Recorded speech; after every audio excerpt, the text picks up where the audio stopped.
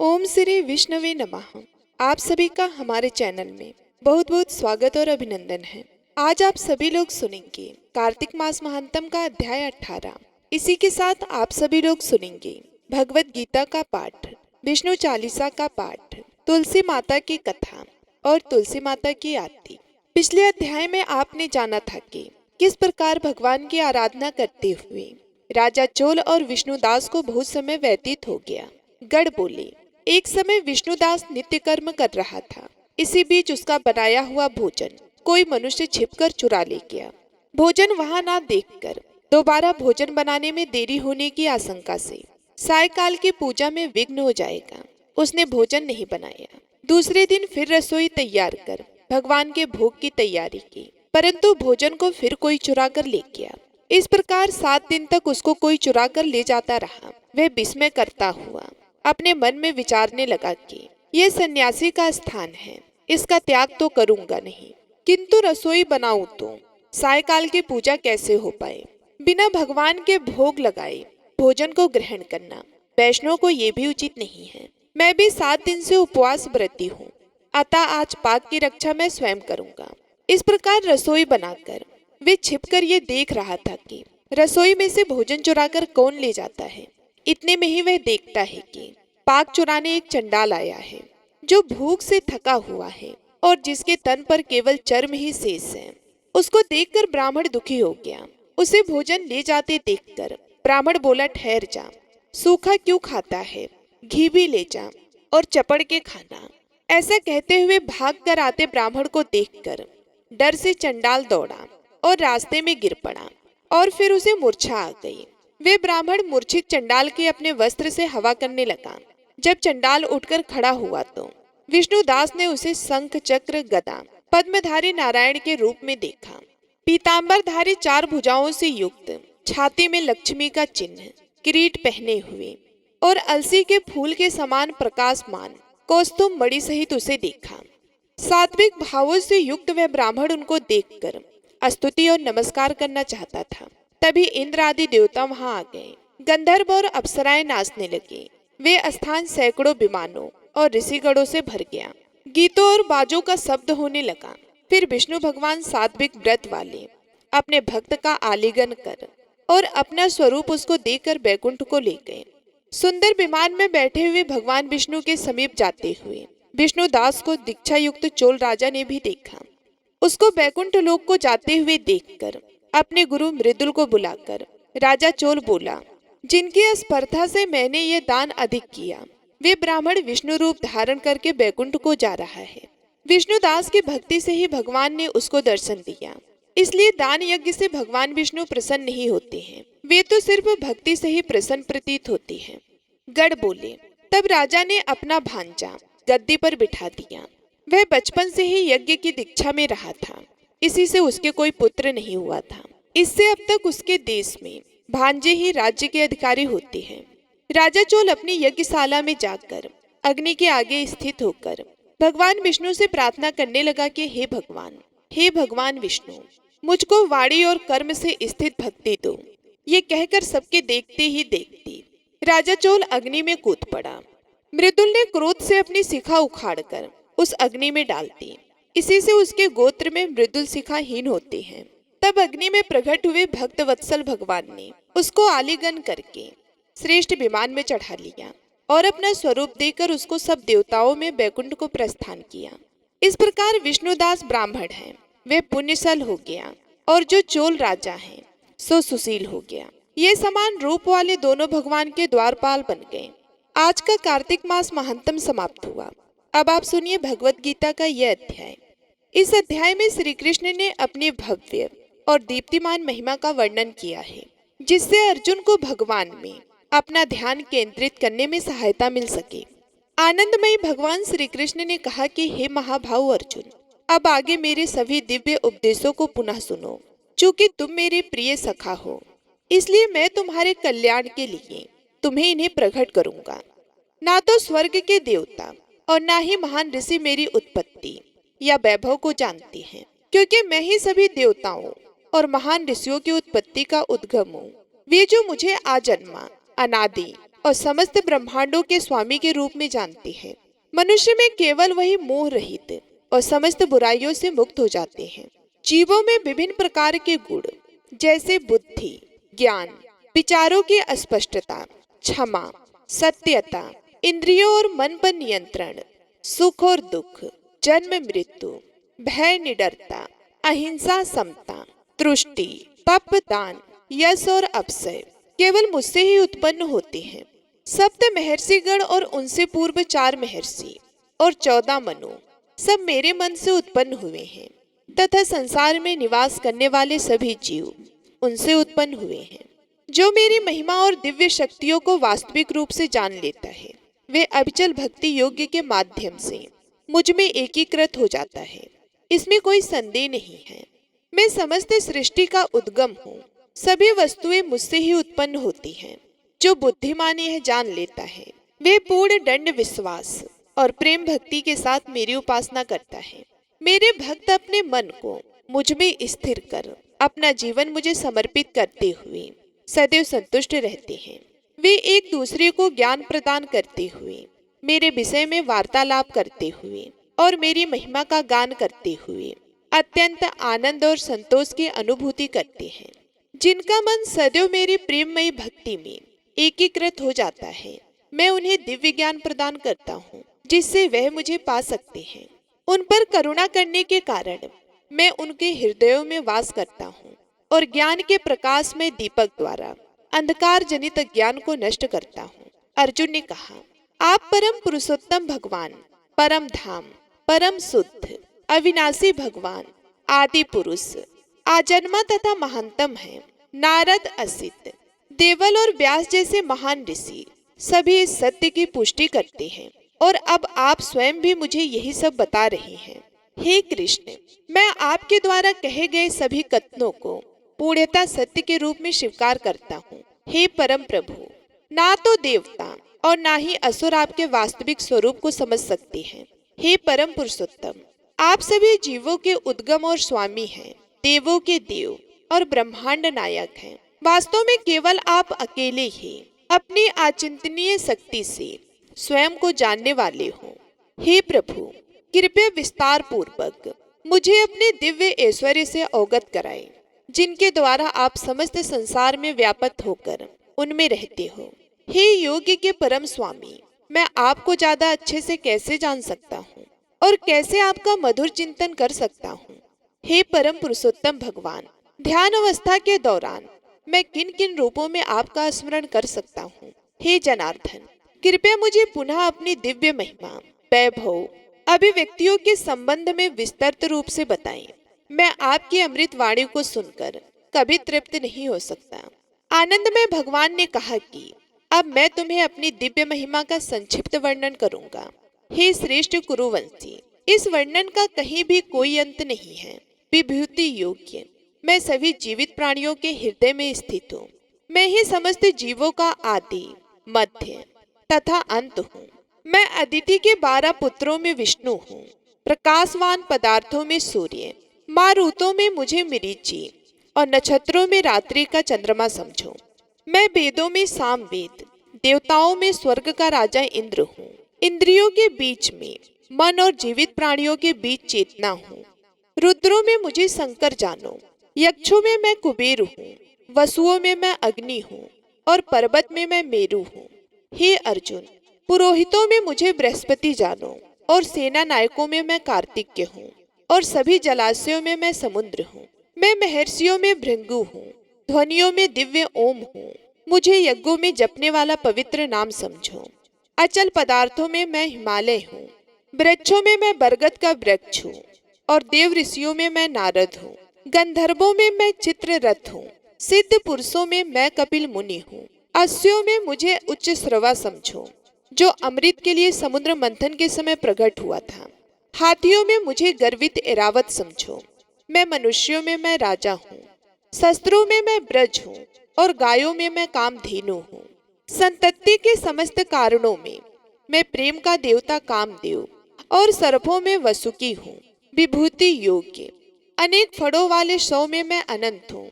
जलचरों में वरुण हूँ, पितरों में आर्यमा हूँ, और नियमों के नियमकों में मैं मृत्यु का देवता यमराज हूँ। दैत्यों में मैं प्रहलाद हूँ और दमनकर्ताओं में मैं काल हूँ। पशुओं में मुझे सिंह मानो और पक्षियों में मुझे गरुड़ जानो। पवित्र करने वाला मैं वायु हूँ और शस्त्र चलाने वाला मैं भगवान श्री राम हूँ। जलीय जीवों में मगर और बहती नदियों में गंगा हूँ। हे अर्जुन, समस्त सृष्टियों का आदि, मध्य और अंत जानो। सभी विद्याओं में मैं अध्यात्म विद्या हूँ और सभी तर्कों का मैं तार्किक निष्कर्ष हूँ। मैं सभी अक्षरों में प्रथम अक्षर आकार हूँ और व्याकरण के समासों का द्वंद्व समास हूँ और शाश्वत काल हूँ और श्रेष्ठाओं में ब्रह्मा हूँ। मैं सर्वभक्षी मृत्यु हूँ और आगे भविष्य में होने वाले अस्तित्व को उत्पन्न करने वाला मूल मैं ही हूँ। स्त्रियों के गुणों में मैं कीर्ति, समृद्धि, मधुर वाणी, स्मृति, बुद्धि, साहस और क्षमा हूँ। साम वेद के गीतों में मुझे व्रत साम और छंदों में मुझे गायत्री मंत्र समझो। मैं 12 मासों में मार्गशीर्ष और ऋतुओं में पुष्प खिलने वाली बसंत ऋतु हूँ। समस्त छलियों में मैं जुआ हूँ और तेजस्वी में तेज हूँ।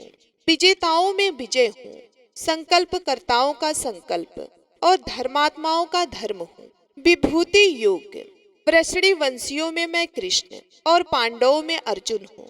ऋषियों में मैं वेद व्यास और महान विचारकों में शुक्राचार्य हूँ। मैं अराजकता को रोकने वाले साधनों के बीच नियोजित दंड और विजय की आकांक्षा रखने वालों में उनकी उपयुक्त नीति हूँ।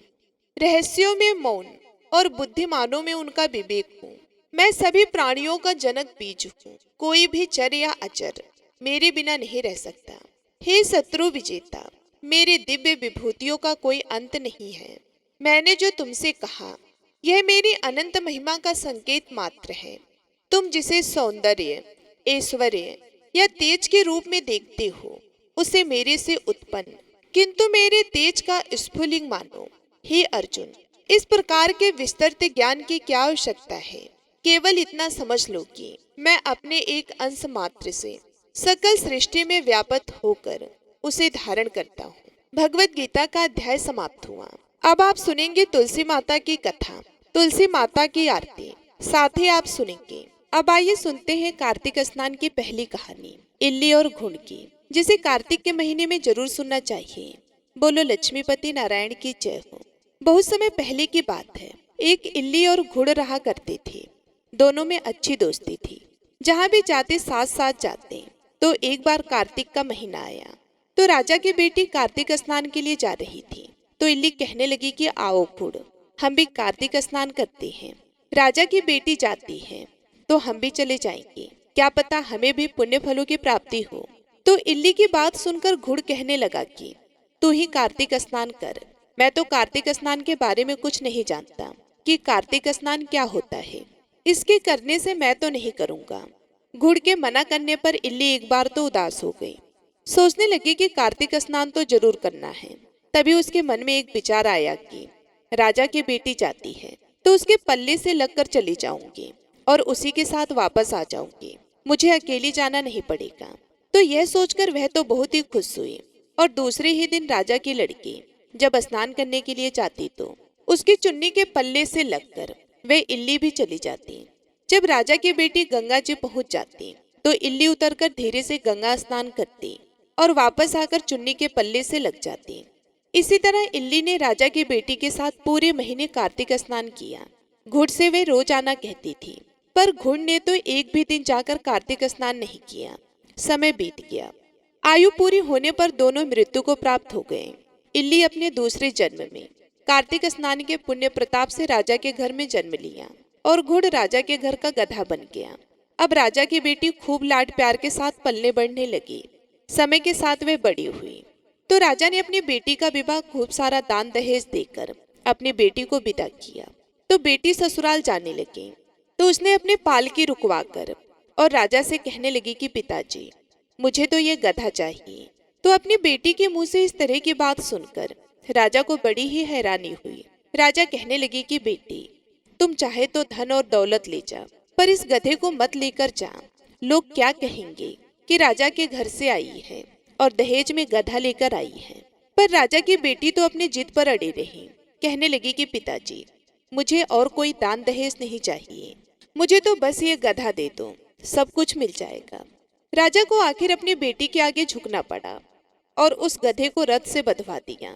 अब गधा तो रथ के साथ तेज तेज दौड़ने लगा और इस तरह राजा की बेटी अपने ससुराल पहुंच गई। वहां पर खूब लोग इकट्ठे हुए थे, देखने आए थे कि राजा की बेटी की बहू कैसी है।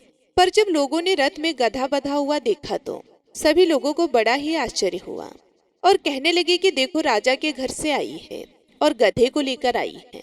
पर वे कुछ नहीं बोली। राजा और उसके बेटे को भी बड़ी ही हैरानी हो रही थी कि बहू गधे को लेकर क्यों आई है। फिर रथ से खोलकर गधे को महल के नीचे बंधवा दिया। अब रोजाना राजा की पुत्र वधू घर का काम जल्दी जल्दी निपटाती और नीचे उतर के आती और उस गधे से बातें करने लगती। जब लड़की नीचे आती तो गधा कहता कि मुझे पानी पिला दे, तो वे लड़की कहती कि मैंने तुम्हें पहले ही कहा था कि कार्तिक स्नान कर ले, पर तूने तो मेरा कहना नहीं माना। तू तो बोलता था कि मैं तो कार्तिक स्नान नहीं करूंगा और ना ही मैं व्रत करूंगा, मैं तो बाजरा खाऊंगा और ठंडा ठंडा पानी पीऊंगा।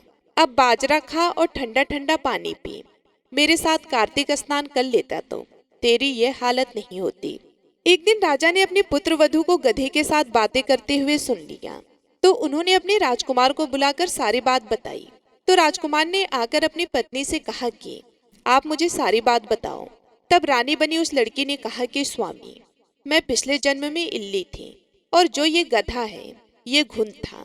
तब मैंने इससे कहा था कि कार्तिक स्नान कर ले, पर वे नहीं माना और मैं राजा की लड़की के पल्ले से लगकर पूरे महीने कार्तिक स्नान किया था। तो कार्तिक स्नान के पुण्य प्रताप से राजा के घर में जन्म लिया और राजा के घर में ही बहू बनकर आई हूँ। तब राजा के बेटे ने सुना कि कार्तिक स्नान का इतना पुण्य प्रताप होता है, तो उसने अपने पिताजी को कार्तिक स्नान के पुण्य फल के बारे में बताया और कहा कि पिताजी, आप हमें आज्ञा दे कि हर साल हम दोनों पति पत्नी जोड़े से कार्तिक स्नान करें। तो राजा अपने बेटे की बात सुनकर बहुत ही खुश हुआ और उन्हें कार्तिक स्नान करने की इजाजत दे दी। फिर राजा का बेटा और उसकी पत्नी हर साल कार्तिक के महीने गंगा जी जाकर कार्तिक स्नान किया करते थे और फिर पंडितों को भोजन करवाकर खूब दान पुण्य भी किया करते थे। तो राजा ने सारी नगरी में कहलवा दिया कि जिस तरह मेरे बेटे और बहू कार्तिक स्नान करते हैं, उसी तरह सारी नगरी के लोग कार्तिक स्नान करें। तो सारे लोगों ने अपने राजा की आज्ञा मानकर कार्तिक स्नान किया और स्नान किया हुआ पानी उस घुन पर डाला जो गधा बना हुआ था, जिससे वे मोक्ष को प्राप्त हुआ। हे कार्तिक भगवान, कार्तिक स्नान का जैसा पुण्य फल आपने इल्ली को दिया, वैसे सबको देना। जो भी कार्तिक स्नान करके आपकी इस कथा को श्रद्धा भाव से सुने, उसकी सारी मनोकामनाएं पूर्ण करना।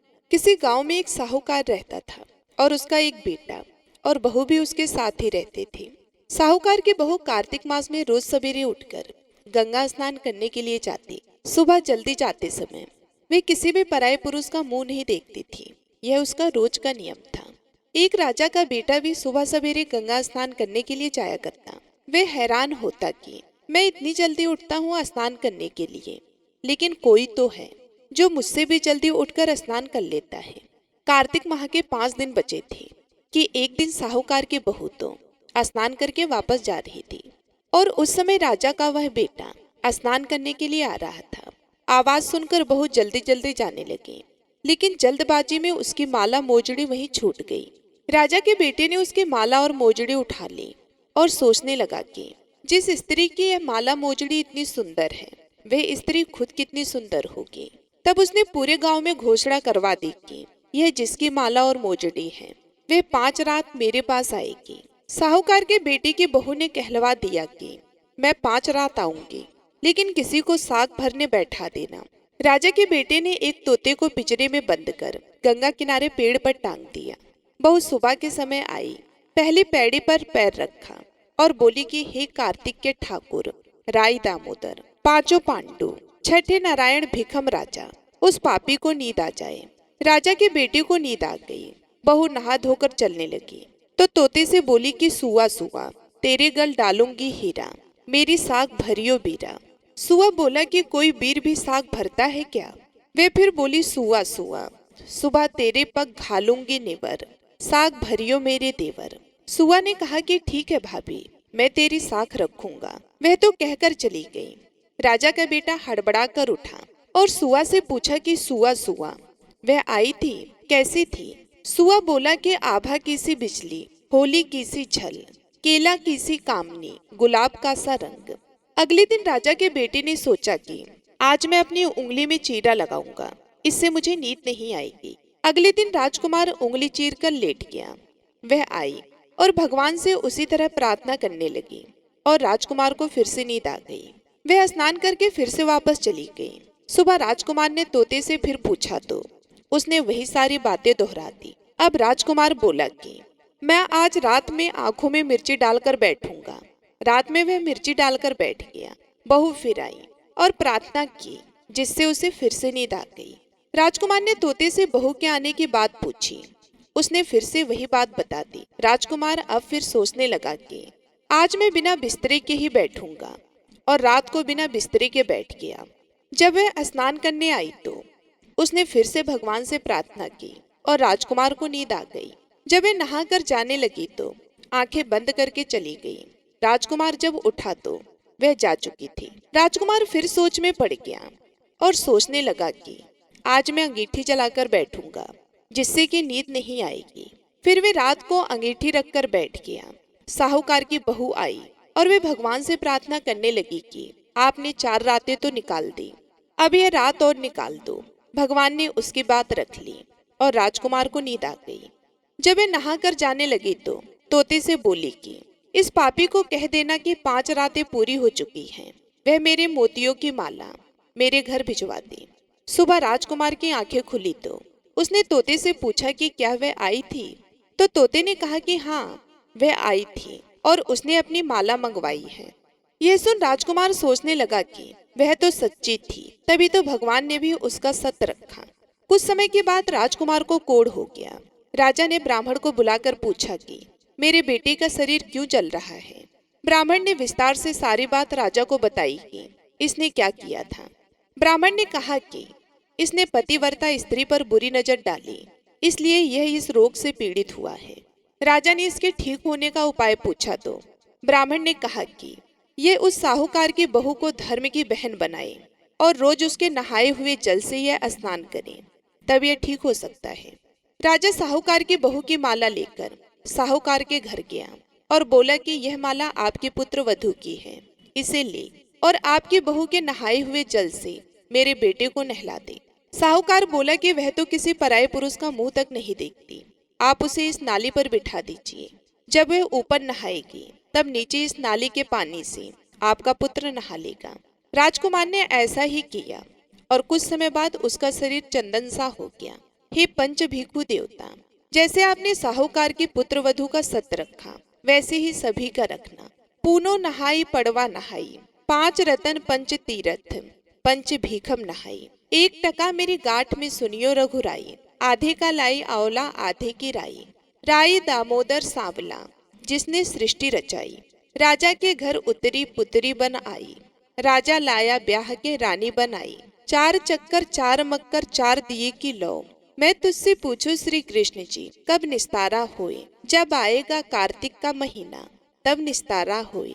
प्रेम से बोलिए कार्तिक के राई दामोदर की जय। अब आप सुनेंगे तुलसी माता की कथा और तुलसी माता की आरती। एक बार एक गांव में एक बुजुर्ग महिला रहा करती थी। वह बहुत ही पूजा पाठ किया करती थी। वह रोज तुलसी माँ की पूजा करती थी।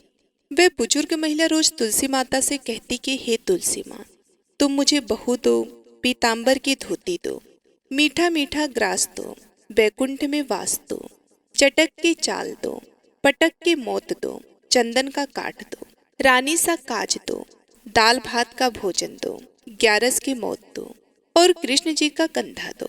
वह बुजुर्ग महिला हर महीने में तुलसी माता की रोज पूजा करती और उनके विरले को रोज सींचती। तुलसी माता बुजुर्ग महिला की बात सुनकर धीरे धीरे सूखने लगी।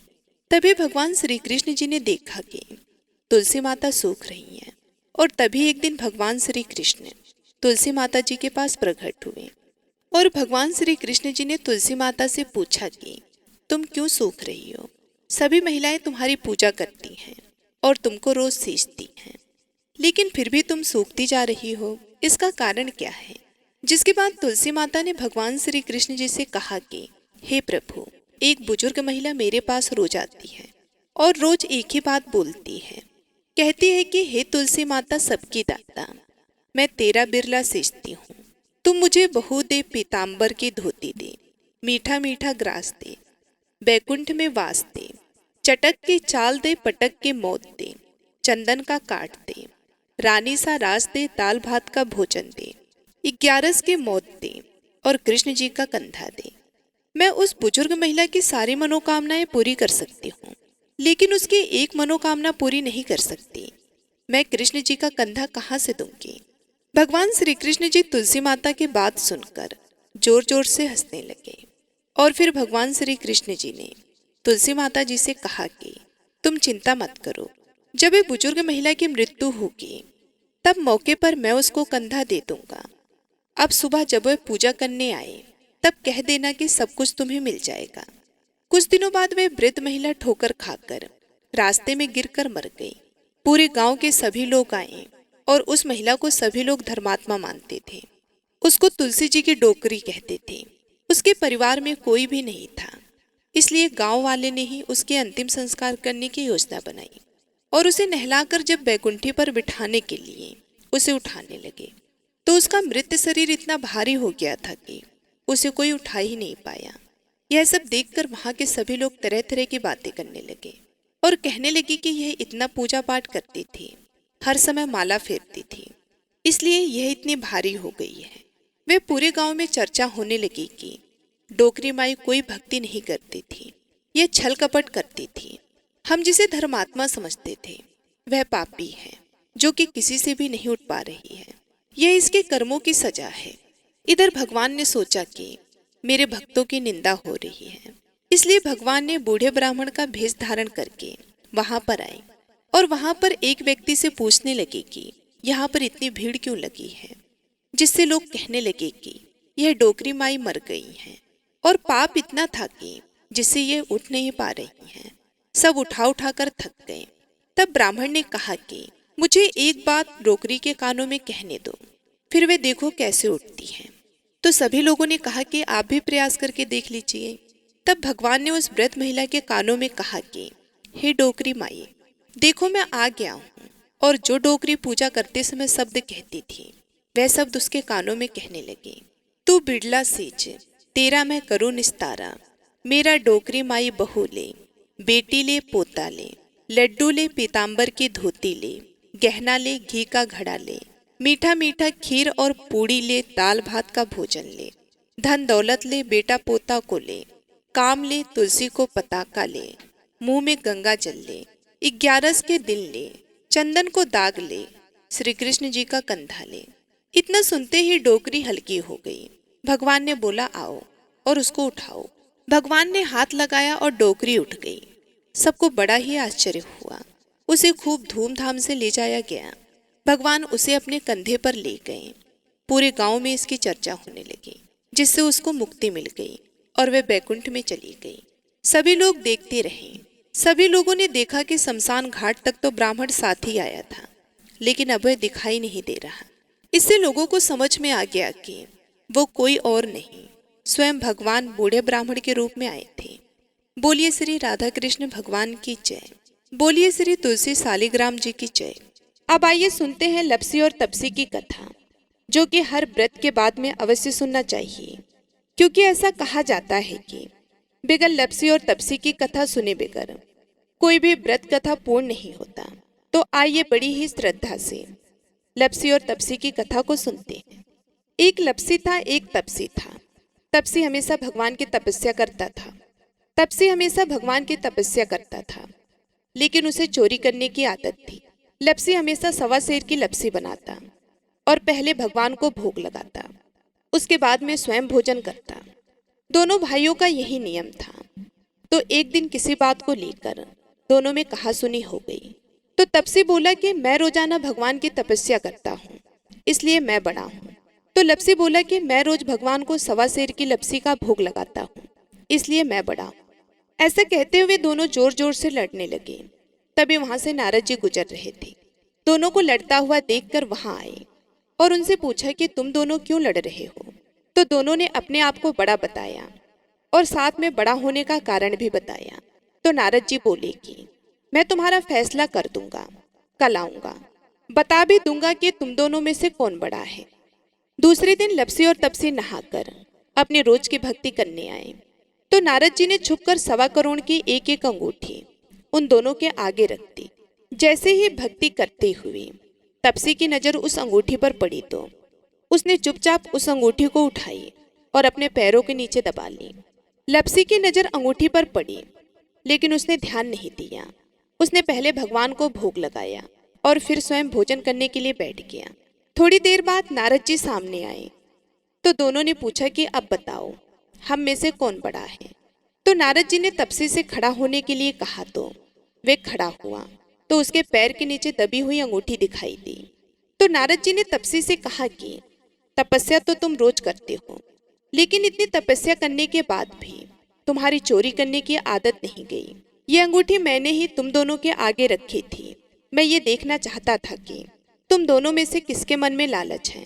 तो तुझे तो अंगूठी दिखाई पड़ते ही झट से अपने पैरों के नीचे दबा ली। लेकिन लपसी का ध्यान अंगूठी पर जाने के बाद भी लपसी ने अंगूठी को नहीं उठाया और ना ही ध्यान दिया। उसने सिर्फ अपने भगवान जी में ध्यान रखा, उन्हें भोग लगाया और बाद में स्वयं भोजन करने लगा। इसलिए लपसी बड़ा है और तुम्हें तुम्हारी तपस्या का कोई भी फल मिलने वाला नहीं है। जितनी चाहे मर्जी तुम तपस्या कर लो, तुम्हें इसका कोई भी फल नहीं मिलेगा।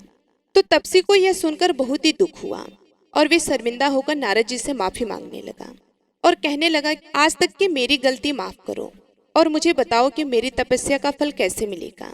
आज के बाद कभी भी मैं चोरी नहीं करूंगा। तो नारद जी ने कहा कि यदि कोई गाय और कुत्ते को रोटी नहीं बनाएगा तो उसका फल तुझे मिलेगा। यदि कोई आदमी ब्राह्मण को भोजन करवा कर उसे दक्षिणा नहीं देगा तो उसका फल भी तुझे ही मिलेगा। अगर किसी को सूत वाली साड़ी अगर हम देते हैं, उसके ऊपर अगर भेंट स्वरूप कुछ रुपए नहीं देंगे तो उसका फल भी तुझे ही मिलेगा। अगर कोई व्यक्ति दिए से दिया जलाएगा तो उसका फल भी तुझे ही मिलेगा। अगर कोई औरत आंगन लीप कर चौका नहीं लीपेगी तो उसका फल भी तुझे ही मिलेगा। यदि कोई व्रत कथा में सारी कहानी सुन ले लेकिन तुम्हारी कहानी ना सुने तो उसका फल भी तुझे ही मिलेगा। उस दिन से हर व्रत कथा और कहानी के साथ लपसी और तपसी की कहानी कही और सुनी जाती है। आइए अब सुनते हैं तुलसी चालीसा। जय जय तुलसी भगवती सत्यवती सुखदानी, नमो नमो हरि प्रियसी श्री वृंदा गुण खानी। श्री हरि शीस विरजनी देहु अमर वरम, जनहित हे वृंदावनी अब ना करहु बिलम।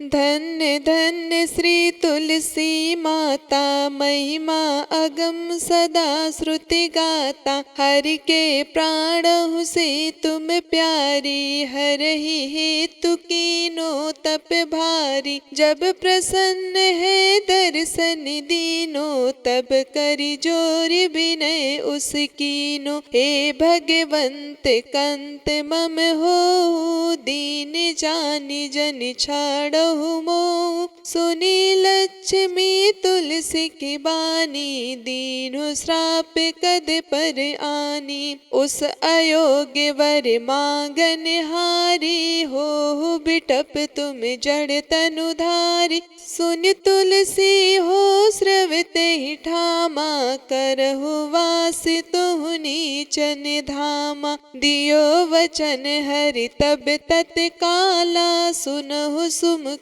जनि हो बिहाला। समय पाई व्यहुरो पति तोरा, पूजहु आस वचन सत मोरा।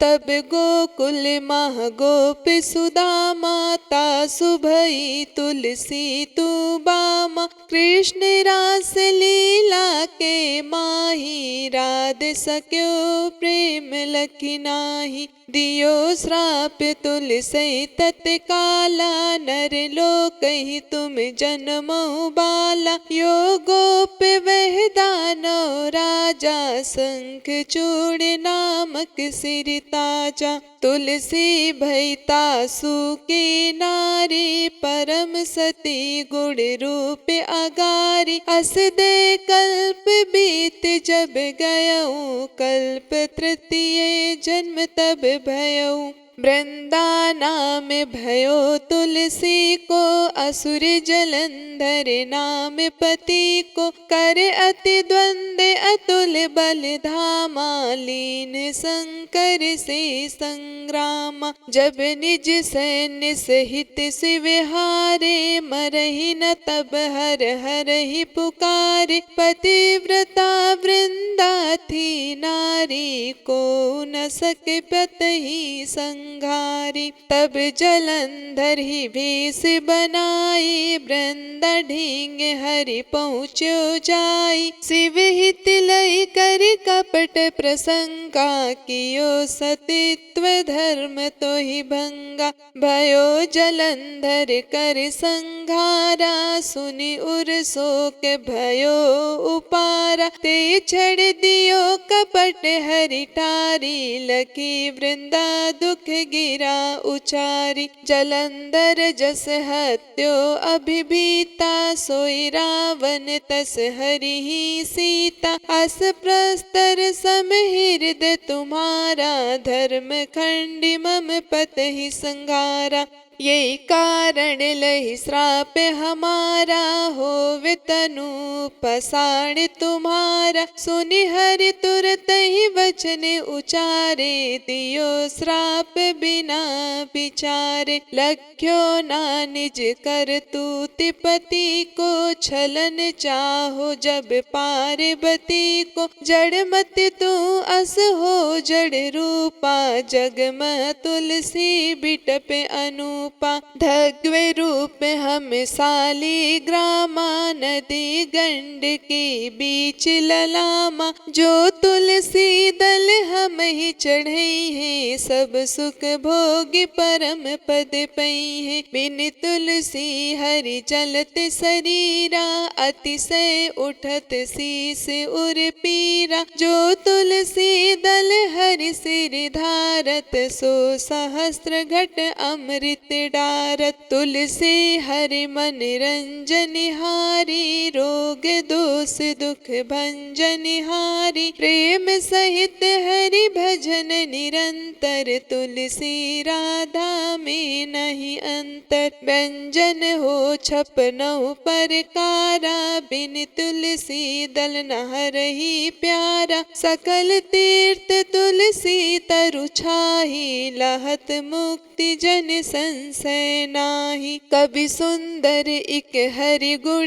गावत, तुलसी निकट सहस गुण पावत। बसत निकट दुर्वासा धामा, जो प्रयास ते पूर्व ललामा। पाठ करहि जो नित नर नारी, होहि सुख भासै त्रिपुरारी। तुलसी चालीसा पढ़ी, तुलसी तरु ग्रह धारी। दीप दान कर पुत्र फल, पावै बंधु नारी। सकल दुख दरिद्र हरि, आर है परम प्रसन्न। असि है धन जन लड़ही ग्रह, बसही पूर्णा अत्र। लाही अभिमत फल जगत, महलाई पूर्ण सब काम। जहि दल अर्पहि तुलसी तह, सहस बसहि हरि राम। तुलसी महिमा नाम लख, तुलसी सुत सुख राम। मानस चली सरच्यो, जगमह तुलसीदास। बोलिए तुलसी माता की जय, श्री हरि विष्णु की जय। अब आइए सुनते हैं तुलसी माता की आरती। जय जय तुलसी माता मैया, जय तुलसी माता। सब जग के सुख दाता, सब जग के सुख दाता। सबकी वर माता, जय जय तुलसी माता।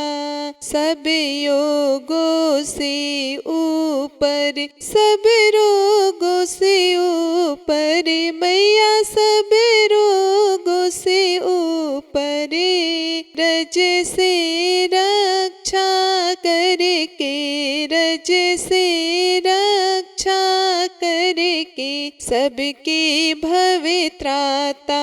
जय जय तुलसी माता, बटुपुत्री है श्यामा, सुरबल्ली है ग्रामा, मैया सुरबल्ली है ग्राम्या। विष्णु प्रिय जो नर तुमको सेवे, विष्णु प्रिय जो नर तुमको सेवे, सो नर तर जाता। जय जय तुलसी माता, हरि के शीस विराजत, त्रिभुवन से हो वंदित, मैया त्रिभुवन से हो वंदित। पतित जनों की तारिणी, पतित जनों की तारिणी, तुम हो विख्याता। जय जय तुलसी माता, लेकर जन्म विजन में आई दिव्य भवन में, मैया आई दिव्य भवन में। मानो लोक तुम्ही से, मानो लोक तुम्ही से, सुख संपत्ति पाता।